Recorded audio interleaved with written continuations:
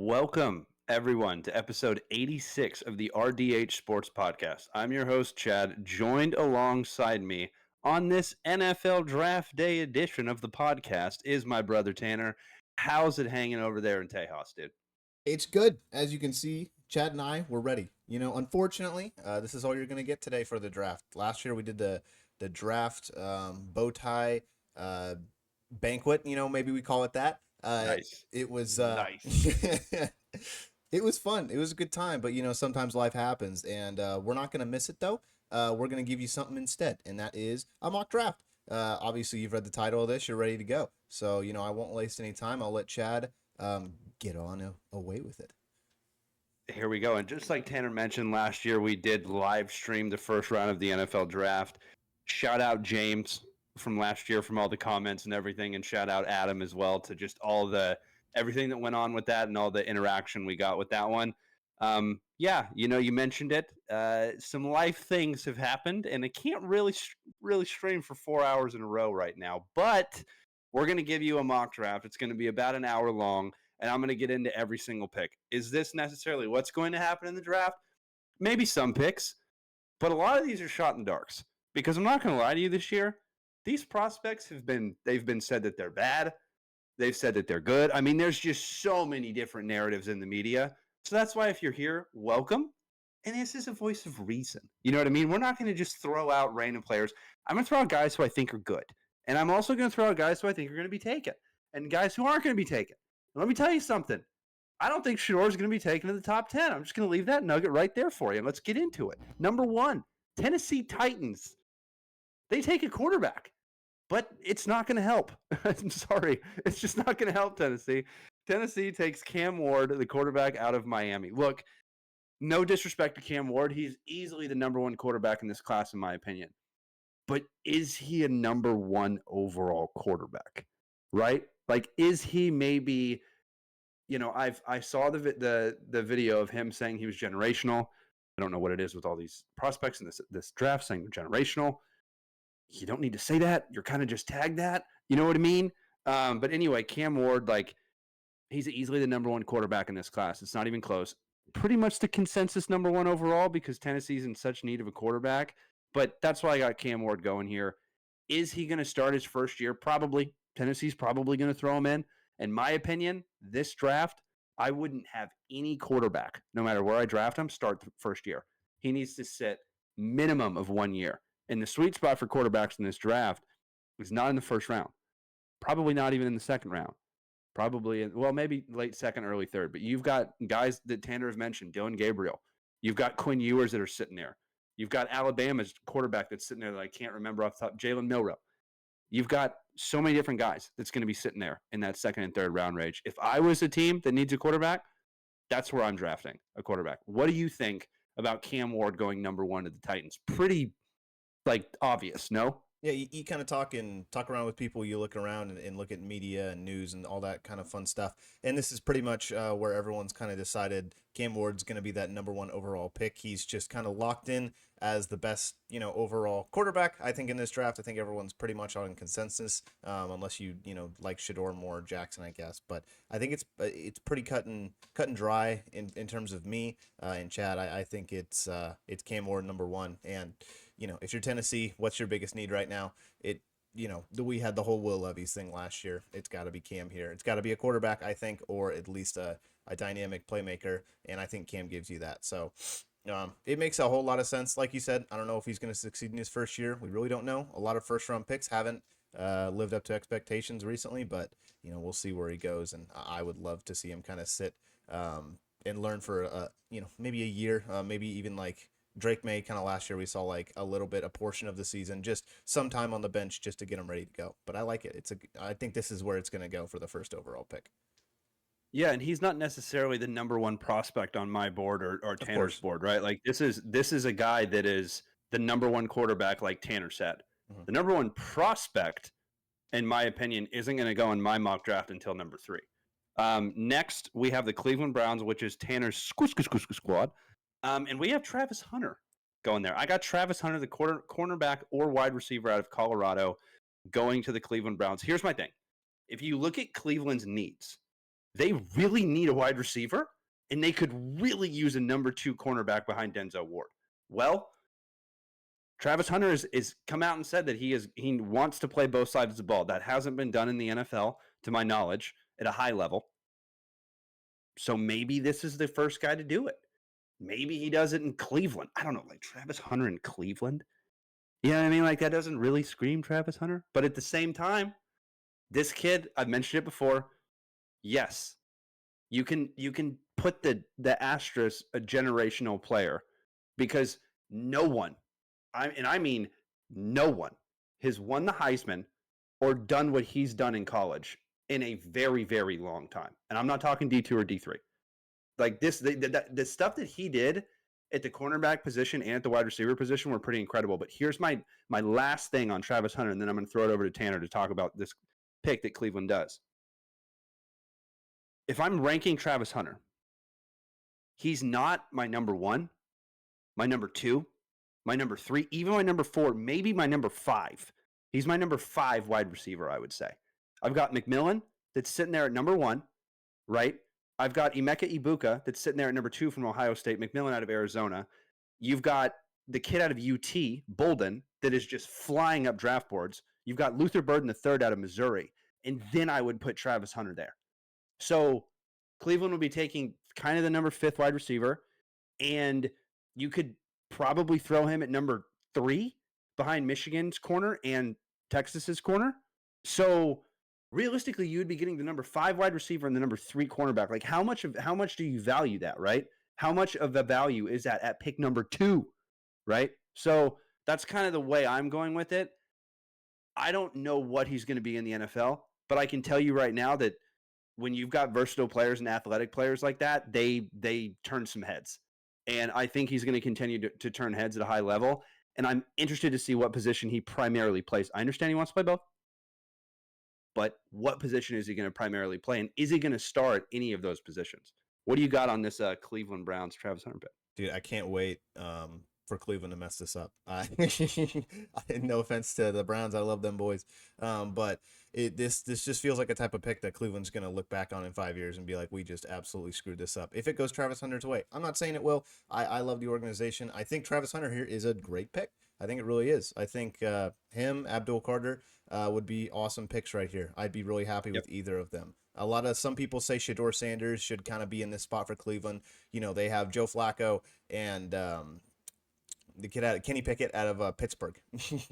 So it's a little bit interesting of a quarterback room, but hey, you know, they're running with Flacco like they did, and Flacco got him to the playoffs 2 years ago. So I think that's kind of the quarterback direction, hopefully right now. But again, you could add Shedeur into that room and kind of let him sit for a year and let him learn behind the gunslinger himself, Joe Flacco. So I mean, that wouldn't be bad either. But again, I think you would want to add, you know, a dynamic piece to your offense, like you were saying, a generational talent, a guy who's going to come in and play immediate minutes, and that's Travis Hunter. And maybe out of anyone in this draft class, that's Travis Hunter to a T, because he's going to play the most minutes out of anyone, hopefully, you know, right in this draft class, because he's playing on both sides of the ball. So it's going to be an interesting conversation, you know, kind of where he, like you said, where he ends up in Cleveland, which side of the ball he kind of prefers. But I would, you know, it's going to take a lot of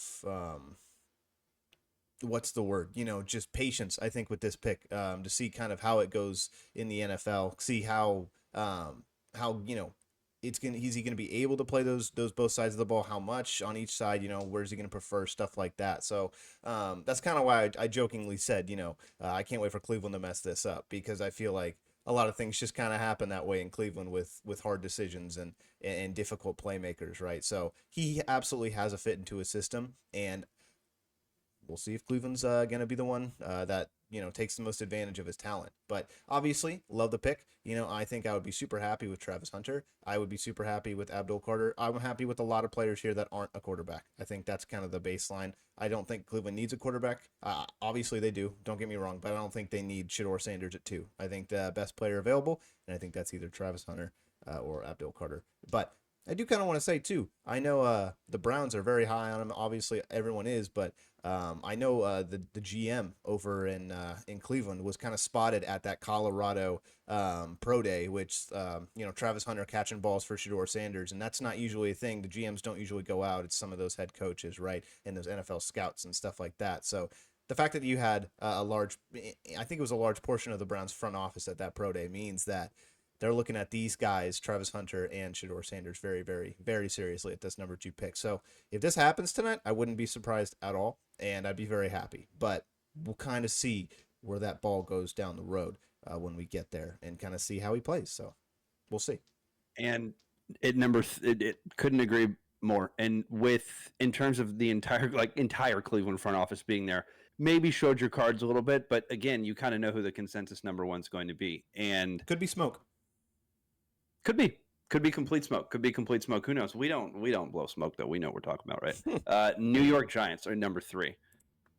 This is my number 1 prospect in my entire draft, Abdul Carter, the edge out of Penn State. If I was Cleveland at number 2, I would take Abdul Carter, and I would solidify that edge spot because you got Myles Garrett on the other side that just signed. Yep. On the other side that just signed. That's what I said. I nailed that. Why would you not want to just solidify your defensive line if you're a Cleveland Brown? That's probably not going to happen. Like you said, they're probably going to mess it up. Anyway, New York Giants sitting here, Abdul Carter. This is where I hope Shador goes, is a Cowboy fan, and is someone that is not as high on Shador as everybody else. My dumbass also wasn't as high on Josh Allen as everybody else, so take that with what it's worth. You know what I mean? Mm-hmm. But with Abdul Carter here, Giants this year have come out and said that Kayvon Thibodeau's up and to be traded. So why not bring in a guy that literally just completely replaces him? If I'm the Giants, I probably would have re-signed Saquon. Wouldn't have signed Danny Dimes to a massive contract. But if you didn't and don't let Kayvon Thibodeau go, and then bring in Abdul Carter, this is a young defensive line that can just grow and grow and grow. And again, if you're the Giants, when have you had success? Well, it was when you had Eli Manning, you had Michael Strahan, you had all these other guys, right? That it was a very good defensive line. You had Justin Tuck, you had JPP. You build on one part of your team, and the Giants built on their defensive line. So, and their wide receiver core. If you look back at their wide receiver core, God, it used to be nasty. Now you got Kenny Galladay, and you're like, what the fuck? Didn't realize he was still in the league. What the hell's going on there? When's the last time he played for the Lions? You know what I mean? Yeah, right. I picked him on fantasy once. I was like, you should be ashamed of yourself. I think I picked him the year he went over to the Giants, and it was not a good year. Yeah, I picked him early too. That was See, again, take it with a grain of salt when you're listening to this podcast. Abdul Carter, 3 to the Giants. What do you got? I really think, it's an interesting question. I really like, if I were to build a team, rebuild a team, this is kind of where I would go, right? I think I've said it on this podcast more than a couple times. I like to kind of build through that defense, through that offensive line, specifically those 2 spots. I want to just get absolute meat and bones on that defensive line, and just guys who are absolutely maulers and guys who can get to the quarterback with one hand tied behind their back, because that's what Abdul Carter did in the postseason of the NCAA playoffs this past year. So True. This is a guy that can transform a defensive line. And if you continue to, develop Thibodeau and continue to develop other pieces on the defensive line, this is going to be a really, really scary line for years to come, and for cheap. And so that's a big part of why you kind of want a young, talented, defensive line, because look at Philadelphia, who are they paying on that defensive line? Not a whole lot, man. Not a whole lot. So they won a Super Bowl. And I think this is either going to be, if Abdul Carter is there at 3, I don't think you pass on him, period.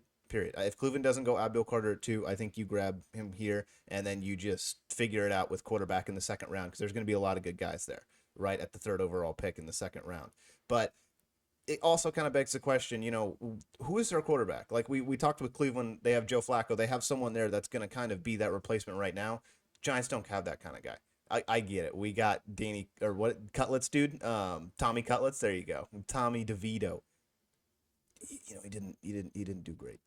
He didn't do great. Do they still have Drew Lock? You know what I mean? It's just be careful. The mob will get you. Sorry, he's not starting. I don't think he is. I think he had his shot, man. I think he had his shot. He's okay, but again, he's young, but he needs a lot of time to develop, and it's just, there's not anyone you can throw in there right now that's gonna be a good guy that's, going to let in Shador sit behind, right? So it's a tough situation. I think absolutely Shador is kind of in the conversation here. Every pick moving forward, he is, especially for a lot of these teams who don't have a quarterback, except New England, they have a quarterback, right?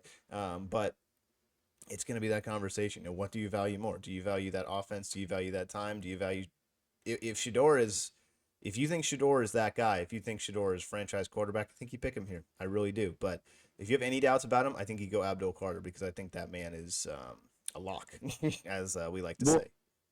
and 100%, and you nailed it right there. Like, if Shador's your franchise quarterback, go draft him. From a Cowboys fan, clearly, like, please go draft him. Just like when you drafted Daniel Jones, everyone was like, yeah, all right. You know what I mean? We Like, were let's amped. go. It was a good time. Yeah, everyone was stoked on that one. Okay, number 4, we got the Everyone. New England Patriots. You just mentioned Drake May, Mhm. and you just mentioned how important the quarterback is to any organization, and how important a young quarterback is. Well, what's a better way to do it than get the best tackle in this draft Mhm. from LSU with Will Campbell? That in me, and you got Vrabel there now. If Abdul Carter's, if he's there, that's where he goes. He does not fall past 4 in Mike Vrabel. No. You could also see another defensive, maybe Mason Graham out of Michigan goes here, right? Because Vrabel's a defensive guy. How much do you value these edge rushers coming out of Alabama and coming out of Georgia? How much do you value Mike Hill Williams coming out of Georgia? Does he go that high to number 4? Who knows? But in my opinion, Will Campbell's the best pick and one of the locks of this draft. Get a left tackle or stick him at right tackle if you want to, and just continue to build on that offensive line. Then I'm going to run through the next pick. The Jacksonville Jaguars are taking a pick now, and they are taking the defensive interior Mason Graham because I just mentioned his name. Now, the whole thing with the offensive lineman on New England, Tanner, I know there's not a whole lot to talk about there because it's like that's not like a sexy pick, and you've already nailed it. Everyone that listens to this pod knows, again, meat and potatoes, and you build through the offensive line. I know you're a fan of that number 4 pick. Mhm. This is also going along those lines of what you're saying, but except the Jaguars are building on their defensive line here They need to. with the best defensive interior in this draft. And yes, it's Michigan. I understand everyone's very cautious to touch any defensive lineman on Michigan. I think it's just But Cowboys fans. yeah, I mean, true. Good Lord, Tucker Charlton. And Mozzie Smith. I'm sick to my stomach here. But the Jaguars used to literally exclusively draft defensive linemen. This is a defensive lineman that I don't think they're going to pass up on in terms of where they're at in this draft and what their needs are right there. They could also go wide receiver here. They could shock the world and grab a receiver here, but there's just not like a Jamar Chase. There's just not one of those guys, in my opinion, that are so far and above all these other wide receivers. What do you got on the New England Patriots taking the tackle and then the Jacksonville Jaguars taking the defensive interior? You fans of those picks or no? I like the picks. I like. I think New England Patriots. If here's the thing, if Travis Hunter, if Shador Sanders goes in the top 3, I think the player that doesn't go between Abdul Carter and Travis Hunter goes to New England at 4. I think it's either Travis Hunter or it's Abdul Carter if they're available. If both What of if them, Vrabel hates Hunter? how could you not add a dynamic receiver for your young, talented quarterback, right? I think a lot of people like Drake May. I think a lot of people in New England think that he's the guy moving forward. I think so too. And what's the best thing to do? Protect him. The whole Joe Burrow argument from a couple years ago made it to a Super Bowl, and then just got absolutely demolished because his offensive line couldn't figure it out, right? Granted, they were playing against the greatest defensive player of all time, but we'll kind of put it under the rug. Drake May, he needs some time, he needs protection. He had a lot of good throws last year. He had a lot of good moments, but you would kind of want to extend that time, give him more time to feel comfortable, and kind of just extend that internal clock for him. And he's going to make a lot of good throws because of it. I think this is a slam in the dunk pick right here. And with the first offensive lineman, at number 4, I think you're getting a good deal. So moving on to Jacksonville, I like it a lot. I was kind of looking up too, kind of see where he could fit into this defensive line. And, we have the Josh Hines Allen, Trayvon Walker, the guy they drafted number 1 a couple years ago. And then they also have Eric Armstead. So he's going to sit in right there at that 4th spot on that defensive line. And I think, with Trayvon Walker being able to rush the passer and kind of sit back into coverage a little bit, I think it's going to be a really, really cool pick if this is the way they go, right? They're building on their defense. Jacksonville has been, sneakily, I don't know if that's a word, silently, that's a better word, if it is. But just building out that defense in this free agency period. So I really like this pick. I hope they go more defensive players in this draft, and I think it's going to work out really well. It's a physical AFC South, and I think with the people that are coming in, you have C.J. Stroud. If Cam Ward is anything like advertised, and if Anthony Richardson does anything ever, I think that this Jacksonville team could absolutely need that defense. But again, man, I think this is a great pick, both of them, and it's gonna be hard to have a really bad pick up in the top 5, top 10. Yeah, unless I mean, we'll see. Like we've seen some ones where we're like, what? Yeah, You know what I mean? But yeah, I I'm just agree. hoping I'm hoping the Giants mess it up if anybody messes it up, and I know you are too. Okay, moving on to number 6, the Las Vegas Raiders. No, they don't fumble this pick. They They don't do it. Sometimes they do. That if there was a They team that would fumble it, I think it would be the Raiders. No offense. yeah. I'm thinking. I'm not gonna lie to you, man. I'm thinking the Giants. Okay, And but like crazy they're enough, expected to take, like the pick at the time is good, right? If they go 2 or they go Shador at 3, I don't fair. think a lot of people are going to be like Michael Penix all over again. You know what I mean? Like, even though that turned Fair. out to be a good pick, right? He's playing okay ball, and Kirk is stinky now. But like, it's just one of those things. At the time, is it a good pick? Later on, we'll figure it out, right? But at the That was time, that was such a like a Kirk Cousins dig too. Like I could totally picture him being like, "You're stinky," and the guys just being like, "Kirk, go put your chain on." You know what I mean? Like go put your Kirk coat chains on. Okay, the wait ends here. I love it. It ends. I love it. We're done. Here it is. Jaunty, There it the is. halfback out of Boise State. Look, folks, Good pick. I'm not saying the Raiders are going to win the Super Bowl in 5 years, Good bow tie. but oh, great bow tie, right? Great bow tie. We can go back afterwards and we can do some bow ties real quick, depending on time. We'll see. Here's the thing with Jaunty here. Very simple. Very, very simple. The best running back prospect since Saquon, since Bijan. He's right there. He's on that tier right there. The question is about usage. Look how many times he got run in Boise State. That's all they did was give him the ball 25, 30 plus touches. That's a lot. And that's going to wear on your body a lot. But here's the thing. That's why I was saying with the Raiders, I don't know if your Super Bowl window's 5 years. But this guy, in my opinion, Jaunty's got a great 5 years ahead of him. A great 5 years. After that, I'm not sure. I'm really not sure after that. But why would you not take the best running back in this draft class and potentially the third best running back in terms of prospect in the last decade? Why would you let him fall outside of the top 5? I don't understand why people would, but that's just where I have him going here. And again, you have a team with the Raiders that let go of their star running back, right? That don't necessarily have the guy that they're going to be paying a ton of money. So for me, it's a slam dunk right here. Like you said, I'm taking Jaunty. And then actually go ahead and take Jaunty. What do you think about Jaunty? Because I know you'll definitely have something to say about this one. Big conversation here. I think the question is, where do you value running backs? And I think with every person you talk to, it differs completely. I think if you talk to Chad and I think we value running backs pretty high. We're Cowboys fans. We saw Zeke drafted at like number 4 overall, and I think that was a good pick at the time. And I still think it's a good pick, right?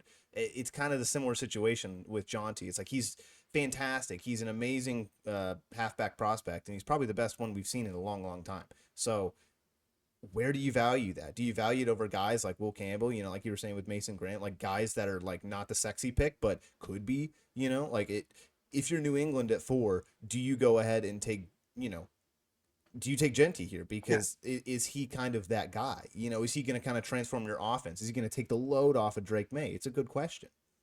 Listen to this running back room, dude, and tell me why you wouldn't take Jaunty.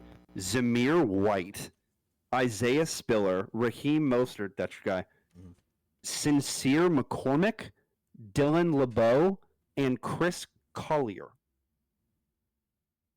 I digress. Go ahead, keep going. It's a question. And obviously, if you want to get the best halfback in the draft, here it is. Here's your opportunity. But I think a lot of people here could see Shador Sanders going at and your mock he hasn't gone yet, because that's just kind of the ties that everything Shador posted on social media, all that good fun stuff after the Raiders lose and stuff like that. Like he's been linked to the Raiders here. I could see it happening, and he could sit behind Geno for a year, and I think that's a great teacher to sit behind with Geno Smith. I think that'd be a great situation to be drafted into, especially. But again, it's where do you draft, or where do you value Shador? Where do you value Jonty here? It's a big question. I mean, he came out and said like a couple weeks ago, he's the hardest guy to tackle in this draft, and we're playing tackle football. Why would you not draft the guy that is hard to tackle in tackle football? In his letter to the GMs about if they pass on him, dude, like he's got confidence. That's fucking cold. I mean, that's not confident. That's ice in his veins. True. You know what I mean? He's that guy, and I think he absolutely knows it. Yeah. And he's going to play like it every single Sunday. He's going to be a Pro Bowler and an All-Pro player for 100%. Years to come. So 100%. Why would you not draft him if your team needs a running back? Like New England. I think it's a genuine conversation at number 4, and heck, even number 3. If I know, even you could just shut everyone up if you're New York about the Saquon talk. Hey, shut up. We got Jonty, all right? Yeah, that is 100% one. I never even thought about that. Wow, tinfoil hat going. That could be absolutely insane. It's just where you value this position, and I get it. It's only like a 4 to 5 year position, but it's a really big pick, and Saquon can win you a Super Bowl, and maybe Jonty could too. You know what I mean? So it's one of those types of guys, and I don't think you pass on him if he's there, but depends, right? It depends. I like the pick here though with the Raiders. And next, moving on to the Jets, we have your guy. Got to give you props on this one. Tetairoa McMillan, the wide receiver out of Arizona. You actually told me to look at him a couple of years ago. And in my opinion, he's the consensus number 1 wide receiver in this draft. And he doesn't fall past number 7, and he goes to the New York Jets. Jets need a lot of help in a lot of areas. But the number 1 wide receiver in this draft class, I think, could potentially help with that. And also, you still have Garrett Wilson there. So you don't want to have Garrett Wilson to be the primary target. You always need to bring in some help there. But talk a little bit about your guy, McMillan, and then we're going to rapid fire about 3 of these picks next, because I know there's not going to be a ton of talks with them. But Tetairoa McMillan, hats off, good bow tie. Go ahead. I think he's has the best hands in the draft. I think he's, just skill-wise, probably the best receiver, like you were saying. And like I said, like you were saying, I've been looking at this guy for about a year, maybe 2 years, since he's been at Arizona, and he's just been at times kind of disappearing, but again, like he's such a good playmaker, and in the moments when he's there, it looks like he's the best player on the field, hands down. It looks like he's playing against JV players. It's like, what the heck, are we in high school? Oh no, this is a college game. It's one of those situations. So don't, forget everything that's happened with the Jets in the past year. I know it's hard, but Aaron Rodgers is no longer there. Devontae Adams is no longer there. We're looking at the Jets as of like 2 years ago, Zach Wilson type Jets, so this is kind of like, okay, Garrett Wilson. Who else do they have? Okay, they need a wide receiver. So like they got Hall, they got Justin Fields over there now, and they need some help. Justin needs some help. So I like this pick a lot. I think this kid, I would like to see him the first off the board. A lot of people differ though. Some people have Abuka as the top. Some people have the wide receiver out of Texas as the top. Heck, some even got Burton as the top, receiver in their class. So it's going to be a real question to see who goes first. And in such a differing year, from what I've seen in the past, it could be anyone at anywhere, right? It could be McMillan at 25, as far as we know, and that could be the fall of the draft. So I love the pick here. I think give Justin as many targets as he needs, and I think he's going to do just fine. I think he's starting, hopefully going to figure it out over there in New York, but I like this pick a lot. And he has flashes of Mike Evans, in my opinion, with the hand skills and the ability to go up and get the ball at high points. It's unbelievable how he goes up and high points that ball, and it's like Tanner mentioned, watching a Division I team playing against. I'm not talking like a small Division I or somebody that's like you paid them to come, like good teams, and he's mossing everybody. You know what I mean? So like that guy's incredible. All right, rapid fire here, the next 4, and then we're going to stop at the Cowboys. Carolina Panthers linebacker Jalen Walker out of Georgia. This is the guy that's rumored to go to Dallas. I kind of did this in my mock because I don't want him in Dallas. So he's going to go to number 8 to Carolina. No, not really. This guy has been shooting up draft boards almost as fast as the University of Texas Bolden, the wide receiver that we were talking about that Tanner just mentioned. Where do you value this player? This is an edge rusher that's going to come in and just all he's going to do is rush the quarterback. Might not be in on first down, but he's probably going to be in on second and third down. He's going to be a package guy. Where do you value that? That's my biggest question.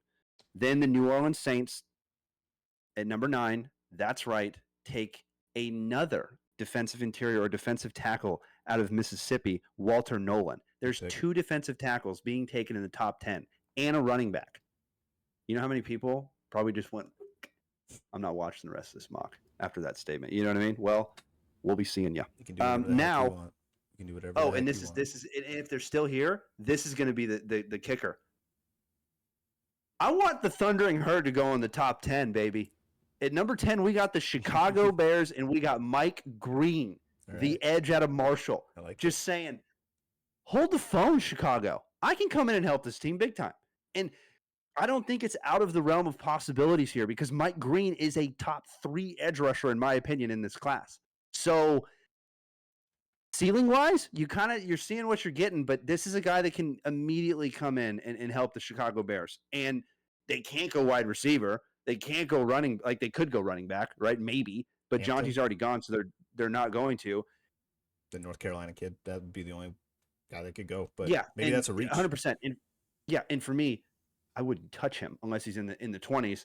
And you could go tight end here, I guess. And there's a very good tight end in this draft class. In my opinion, it's George Kittle 2.0. Mm-hmm. But that's, we got Chicago going Mike Green, the edge out of Marshall there. Number 11, we got the San Francisco 49ers. All right, we got through 10 names, and I didn't botch any of them. Number 11, I'm going to botch this name. Wow, it's almost a wreck outside my apartment if you heard that one. We've got, hope they're right. Oh, man, tackle out of Missouri. You ready for this? Armand Membo. Not bad. That's not bad. I think I've heard it technically pronounced as like Membu, like boo, like scary, you know? Like Dragon Ball Z, boo. Yeah, gotcha. like boo, exactly. I don't know how to say his first name. Armand, something like that. Close enough. I like it. Yeah, it's literally arm and. Like, that's how it's spelled, arm and. Yes. And I'm like, I know that's not it. You know? I know that's not it. But the reason we're kind of rapid firing through those ones is because this one's going to take a little bit of time. Number 12, we got the Dallas Cowboys on the board. This is not what's going to happen. I can tell you that right now. But this is what I want to happen right here on this pick. Give me Emeka Ibuka, the wide receiver out of Ohio State. Because this is a guy that is CeeDee Lamb 2.0. This is a carbon copy of CeeDee Lamb, in my opinion. Everyone's going, Chad, why would you have 2 CeeDee Lambs? Why the fuck not? Why not? Yeah. Like, wait, I hate when people say that. Why would you have 2 people? Give me 2 Calvin Johnsons. Have fun. You know what I mean? Give me 2 AJ Greens in his prime. Have fun. Mm-hmm. Like, come on, man. Why? Because CeeDee gets open, and CeeDee's doubled every time. And this guy, I'm not saying is going to come in and command a double team, but if he plays at his top that he did, especially in the playoffs, when the Giant lights were the biggest, this is a guy that is a slam dunk, could be the number 1 wide receiver in this class. And again, McMillan's very good, but McMillan and Ibuka for me are right there. Like right there. You know what I mean? All right. I've talked for the last 4 picks. Emeka Ibuka, you're an Ohio State guy. Behind you, there's going to be an Ohio State. I'm not going to give away for the fans because it's some decor. It's pristine. It's pristine, guys. Terrence even got the patches and everything. Shout out to USC guy that was talking about the patches when we went to that game. Remember that, Tanner? Yeah, I remember. Where'd you get your patches? No clue, man. All right, number 12, Dallas Cowboys, Emeka Ibuka. What do you got?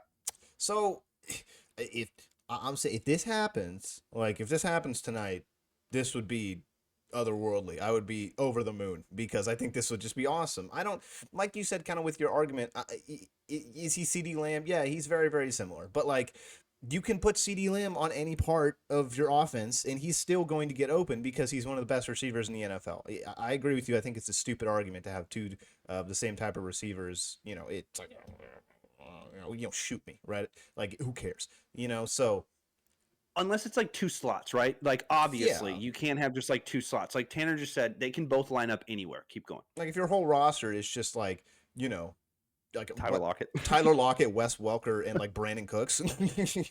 Obviously Yo, like changing eras, but like it's a good. kind of cold. It's kind of cold, and it could work. You know what I mean? It's a way to kind of look at things. It's just a different way of playing the game. And you kind of look at Miami and kind of what they've been doing, and I think they've been playing the game a whole lot differently this past couple of years. Now they're not really winning. So it's not a great example. But, Tyreek Hill, he's a heck of a player, and it's tough to kind of pair people with Tyreek Hill. But I think Jalen Waddle does a really good job. Obviously, not as fast, not as dynamic. But, you could kind of say the same thing about CeeDee Lamb, who's an established veteran receiver in the NFL, and Emeka Buka, a guy who's coming in and can learn behind him. So I think it's a good comparison. But anyone you add to CeeDee Lamb is going to get production because CeeDee Lamb just garners that much attention on the other side of the ball. So I like this pick a lot. Obviously, it's a little bit of a homer pick for me, but I think it would go so hard in Dallas. Obviously, I don't even know who the Cowboys' third receiver is right now. Number 2 is Jalen Tolbert, and number 3 is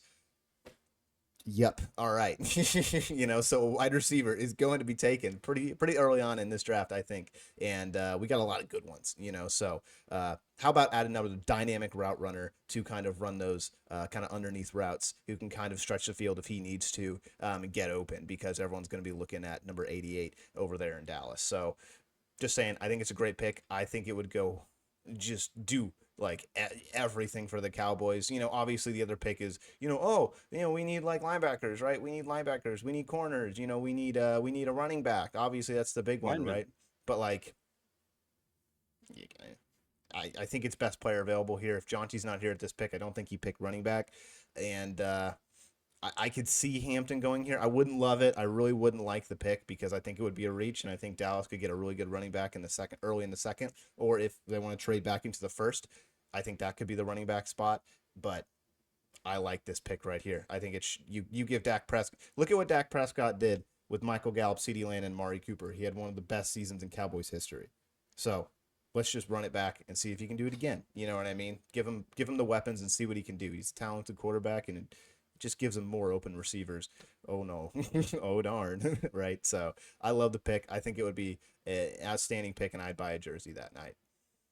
There we go. Just like you heard it here first, buy a jersey. It's already on the way. No, I mean, I completely agree with you. And it's not to mention a player, like you said, like adding not only a player, but like a dynamic playmaker, like a guy that can take the top off of defense. That's also Luther Burden III, the wide receiver out of Missouri. That's another guy that's like, he's kind of a slot guy, but if he gets in the open field, it's like Tyreek, and he can take the top off of a defense. But in my opinion, Emeka Ibuka here is just, I've seen too much of him. I've watched him pretty much every game in Ohio State he's ever played.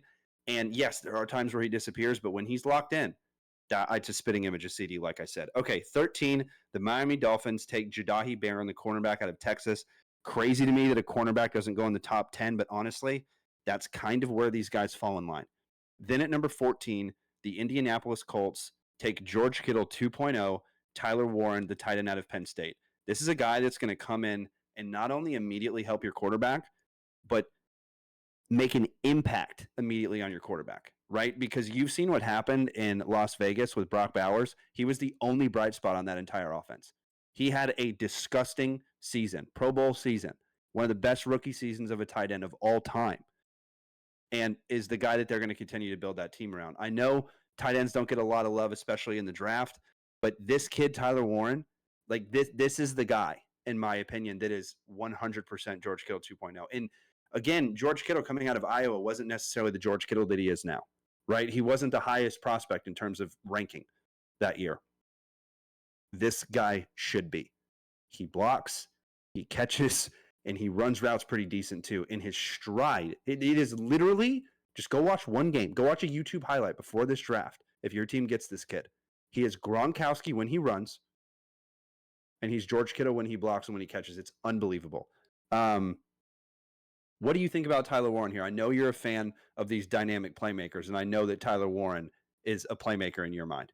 Yeah, I think Penn State had a really good season, amidst everything. So I really like what he was doing on the field. I like how in clutch time he was the guy that, everyone was going to. He was making those big plays. I mean, like I said, I've said it a million times, go back and watch that USC game.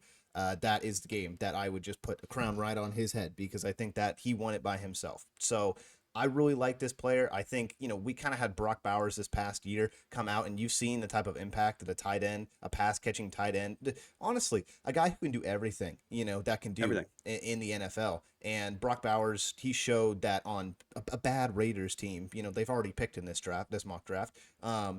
What he can do and how effective he can be at that position, and just playing both both types of tight ends, right, that we see now in the NFL. I think this is another guy like that. Obviously, maybe not to Brock Bowers' prospect level, because Brock Bowers is just insane back when at Georgia.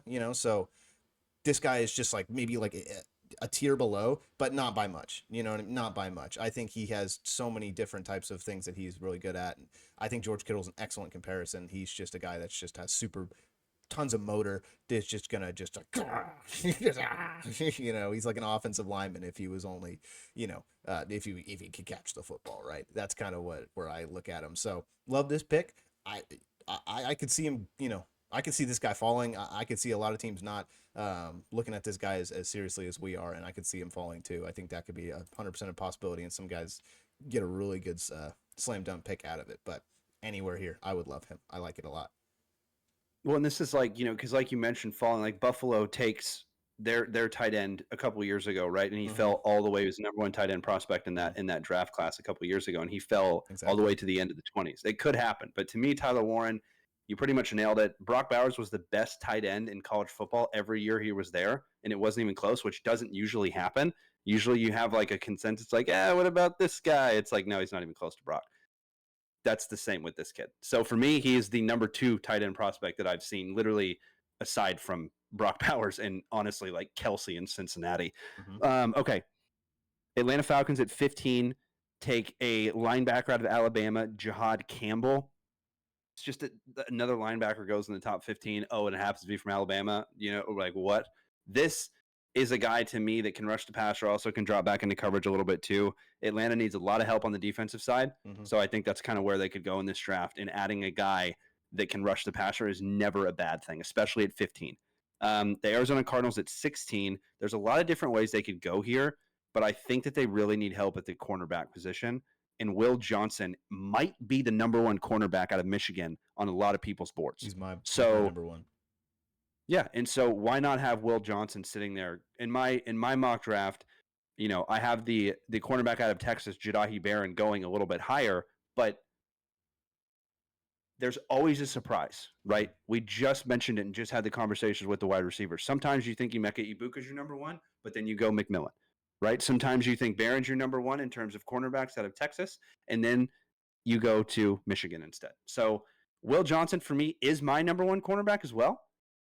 But why not Arizona? You know what I mean? Like they have Budda Baker, who's going to solidify that safety position. Why not throw in the best cornerback in the draft? I know you're a fan of Will Johnson. What did you have on him? Arizona needs a lot of help on the defensive side of the ball, and I think anywhere is a good start. Obviously, I think they would, if it were me, I'd go defensive line as we've talked, but if there's not a slam dunk prospect there, why not get the best corner in the draft? Philly did it last year, and they got the 2 top corners in the draft. And again, Super Bowl, did the whole shebang. It's already over, so this is kind of screaming, remnants of Patrick Peterson past, right? So just get a lockdown guy over there who can just shore up one side of the field. I mean, you're in a tough division, man. There's a lot of really good receivers. Maybe not Seattle as much anymore. Sorry. But there were, at least on that team. And, with the Niners and the Rams absolutely reloading this offseason, it's going to be a tough division, on the receiver side of the ball. So you got to have a guy that's going to lock someone up. And I think this guy can at least get there, or at least make a couple plays in this loaded NFC West. So good pick. I like it here. I think if he falls to 16, if he falls to 10, I think it's a great pick, with Will Johnson. Obviously, I've been watching him in the Big Ten, and I think he's just a really, really good prospect. So I think anyone who gets him is going to have a shutdown corner, and we'll just hope it doesn't go to like a Super Bowl team or something like that. You know what I mean? Let's not have that happen again. Yeah, not again at the end of the 20s with KC or Buffalo or the Eagles. At number 17, got the Cincinnati Bengals. Going to mispronounce this one. The edge out of Boston College, Donovan Izurike. Not necessarily a slam dunk prospect in my opinion, but you're sitting there at 17, and the Bengals did just have one of their best defensive linemen retire. Yep. So that's, for me, it's just a easy step in starter. And potentially their other one may or may not be on the team next year. We don't know yet. Yeah, we have no idea. So they could have lost both of their defensive linemen in one off season. So that's why the Cincinnati Bengals go there. At 18, the Seattle Seahawks take the most versatile offensive tackle in this class, in my opinion, Kelvin Banks Jr., the tackle out of Texas. This is a guy, to me, that can step in and play tackle, guard, or center. It's insane. This guy has a lot of versatility. At 19, we have the Tampa Bay Buccaneers. This is such a Tampa Bay Buccaneers pick. The safety Malachi Starks out of Georgia. That's who I have them going. Their safety room is already pretty solid with Winfield Jr. sitting back there. Please throw in Malachi Starks back there. Like, that would just be sick. You know what I mean? Like, how would that not be? If you're Tampa, you're sitting there going, I'm pretty damn happy with that pick. Yeah. What do you think about that one? Is that's like Madden shit? You know what I mean? That's a Madden fantasy draft right there with Kelvin Banks, with Malachi Starks out of Georgia. I completely agree. I mean, you're getting the best safety in this draft, and it's easily, and it's just going to be like, plug and play, boom, bada bing. All right, let's reload this thing. I mean, Tampa Bay's always had a good defense. They've got really good culture over there, so I think he's going to fit in just fine. And then too, with the Kelvin Banks pick, I really like that because we remember Seattle a year or two ago picking Charles Cross. Remember that absolute beast of an offensive lineman, and I think he's developed really well. So just get another guy wherever you can put him, right? They need a lot of help on other parts of the line, and why not go add another tackle? Why not get a guy who can move to guard, like you were saying? So why not get a guy who can play anywhere for an offensive line that needs a lot of pieces? I think it makes a lot of sense, and just see where he works out and see which one he does best at and stick him there. Maybe you shore up both tackle spots in a couple years, and then you have I guess Sam Darnold is their quarterback now. Maybe get him some protection, man. Get him some protection and going up, and he needs some time to throw. It's Sammy D. We'll see what happens, but I like that pick. I think offensive line is really good there for Seattle. I really hope they go offensive line in this first round. It's never a bad pick to go offensive lineman. Now, there are times where it doesn't necessarily work out, like the Will Hernandez pick that the Giants did a couple years ago. He was a little higher, but yeah, that's sure. You always run the risk, but why not get someone to protect your quarterback? Because like you mentioned, Joe Burrow, Caleb Williams, like all these guys that just get nailed all the time. All right, number 20, the Denver Broncos. Bo Nix surprised everybody, including myself, last year. He needs some help, though. And this is a guy, this could easily be Matthew Golden out of Texas right here, the wide receiver. But I'm going to go Luther Burden III, the wide receiver out of Missouri here, because in my opinion, Denver could really utilize a guy that could literally be potentially, not saying yes, but potentially Tyreek Hill 2.0. And then this one, if I would have done my mock draft today, I don't think I would have had the same pick here. But at 21, I have the Pittsburgh Steelers taking Shedeur Sanders, the quarterback out of Colorado. I forgot he was still. Yeah, here's my thing, man. He could go easily in the top 3, but in my opinion, on my prospects, and if I'm doing if I'm a mock draft and I'm an NFL GM, that's not a first round guy in my opinion. Could I be wrong? For sure, I've been wrong before, but the fall stops there. And if you have any questions about off the field or any questions about entourage and all this kind of stuff, well, Mike Tomlin in Pittsburgh's probably a pretty good place to get that under control. You know what I mean? Especially if you look at his past teams with all of the guys that they've had on, specifically on the defensive side of the ball, some of those personalities that have been kept in check. It's unbelievable. Like how do you keep a guy like James Harrison in check? That guy's scary. This guy's got muscles on top of his muscles. You know what I mean? Like, how do you keep that guy in check? But he's incredible.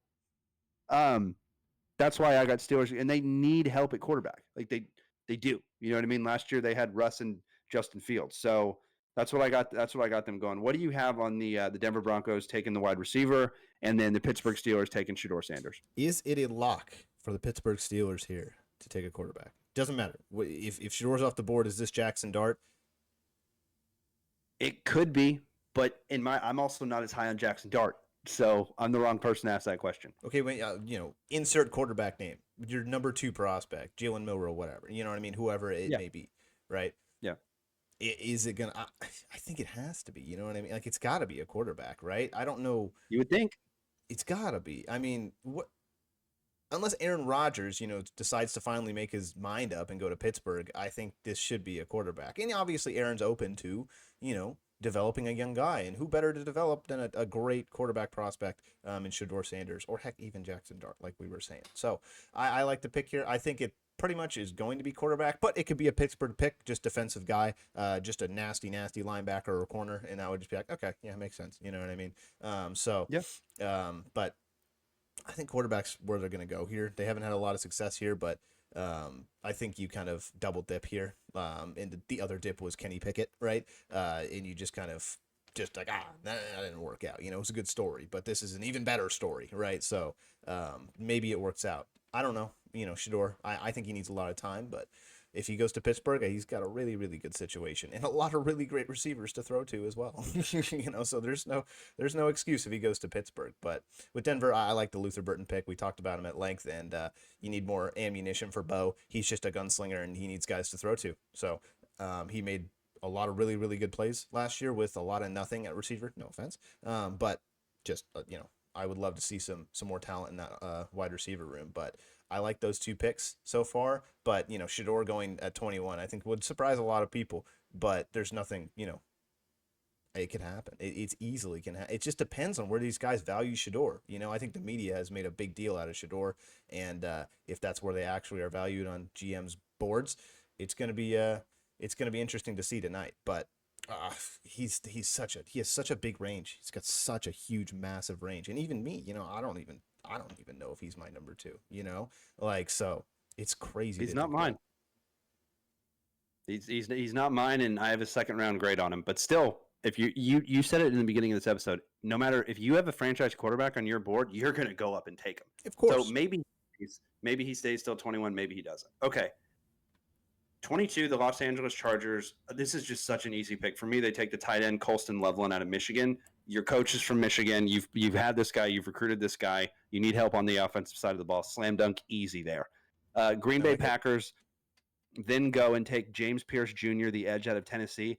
That's the guy that if Pittsburgh goes defensive lineman, that's the guy that's going to go, in my opinion. He's a very, very good edge out of Tennessee, and this is a guy that also has a massive range. I've seen him go as high as 10, and I've seen him go as low as at the end of the 20s in the first round.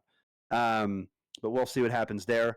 Then another Michigan guy at 24, we have the Minnesota Vikings taking the other defensive interior or defensive tackle from Michigan, like I said, Kenneth Grant. I know I rapid-fired those, but Colston Loveland, the Michigan pick, that makes sense. James Pierce Jr., you've watched him quite a bit at Tennessee, and Kenneth Grant, a defensive tackle, like we mentioned earlier, it's always good to solidify your defensive line, right? Yeah, absolutely. I think just building up, we'll talk about it at length, D-line, it's going to work out. And I like James Pierce a lot. I think he's, if Cincinnati up there at 17, I would have preferred James Pierce there. Like I do value him a little bit higher than 23, but I think he's an outstanding player, and I think he's one of the better edge rushers in this class. So it's going to be interesting. But if the Green Bay Packers get him, that's going to be like, what the heck? How do they keep doing this? What's going on? How do they keep doing this? What's wrong with that? And not to mention when they got Gary all of a sudden, that was a defensive lineman from Michigan. Yeah, that was a defensive lineman from Michigan that did hit. They could do it again. All right, 25, the Houston Texans. This one, like, I think CJ's running around if this happens. Josh Simmons, the tackle out of Ohio State. You've watched this guy play solid, big offensive lineman. You're literal prototypical offensive lineman. If Tanner was to build one, this guy is a mauler, right? What do you think about this kid? The meatiest, the biggest. Give them all to me. I want the largest offensive line in the NFL weight-wise, and for that matter, and defensive line weight-wise. We could argue on the edge rushers, but inside, big boys. All right, that's what we need. And Houston just for some reason just got rid of their tackle, and they're like, yeah, bye.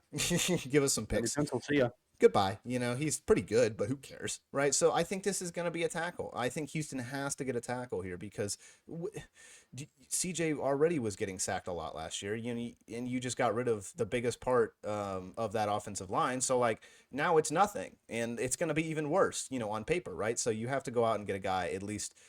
Free agency's not over, but it's pretty well underway. We're at the draft, so if they didn't address it in free agency, they have to address it in the draft, and that just makes the most sense to me. And what better guy than just to put meat and potatoes, and probably a guy CJ knows, at that tackle position. So I like that pick. I think that's one of my favorite picks of this draft so far. The Los Angeles Rams sitting there at 26 take a tackle out of North Dakota State, Gray Zabel or Zabal. The Rams need help on the offensive line, and this is a guy that is, ranked pretty high on a lot of boards. I like him. Believe it or not, I have watched some North Dakota State games. I've liked what I've seen. So pretty much a day one walk-in starter there. The Baltimore Ravens, I know all of our A&M fans were waiting for it. Nick Scorton, the edge out of A&M, they pair him up with Justin Matabike. Or actually, first. His name's not Justin anymore. He changed his name, I think. I think Matabike changed his first name. Regardless, anyway. The internet. Yeah. Anyway, they got Nick Scorton here. A lot of people are saying Shamar Stewart goes above him. Mm-hmm. I watched Scorton play every game, and yes, you could say there was a fall off, but the weight stops here, and then he goes to Baltimore. What do you got on Tanner? Nnamdi? How do I say this name, Matabike? That's what I'm saying. Okay, thank you. I was like, I'm pretty sure that's Nnamdi. I like Justin, man, but maybe this is his. Maybe he prefers this. This is fine, but like Matabike, I'm just gonna continue to call you Matabike, Gigamags, and Gigamags. If this is either edge rusher from A&M, I'm okay with that. You know what I mean? I love Shamar Stewart. From being an Aggie, I think Scorton is my preferred pick. I will be honest.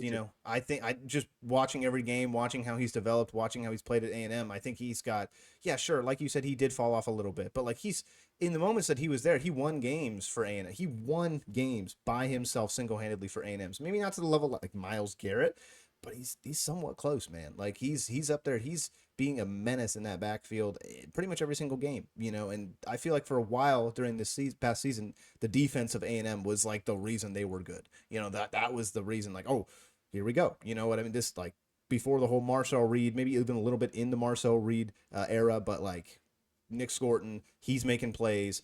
A&M's winning game, like that's the reason they're getting out of the field on defense. He's making big stops and big moments. So I love Scorton. I think if he goes to a team like the Baltimore Ravens, a big time team like them, who's going to have a lot of big time moments, I think he's just going to show up. I really think he's one of those players for the brightest lights. And I think he's just a guy that thrives on that tenacity. He thrives on that kind of just Mauler mentality. So I think he's going to do wonders in Baltimore if he goes there. Honestly, if they go Shamar Stewart here, either A&M guy, I'd be fine with, but I do like Scorton more, ever so slightly. But I could see Shamar Stewart rounding out this first. I haven't looked at it though. Let's guess.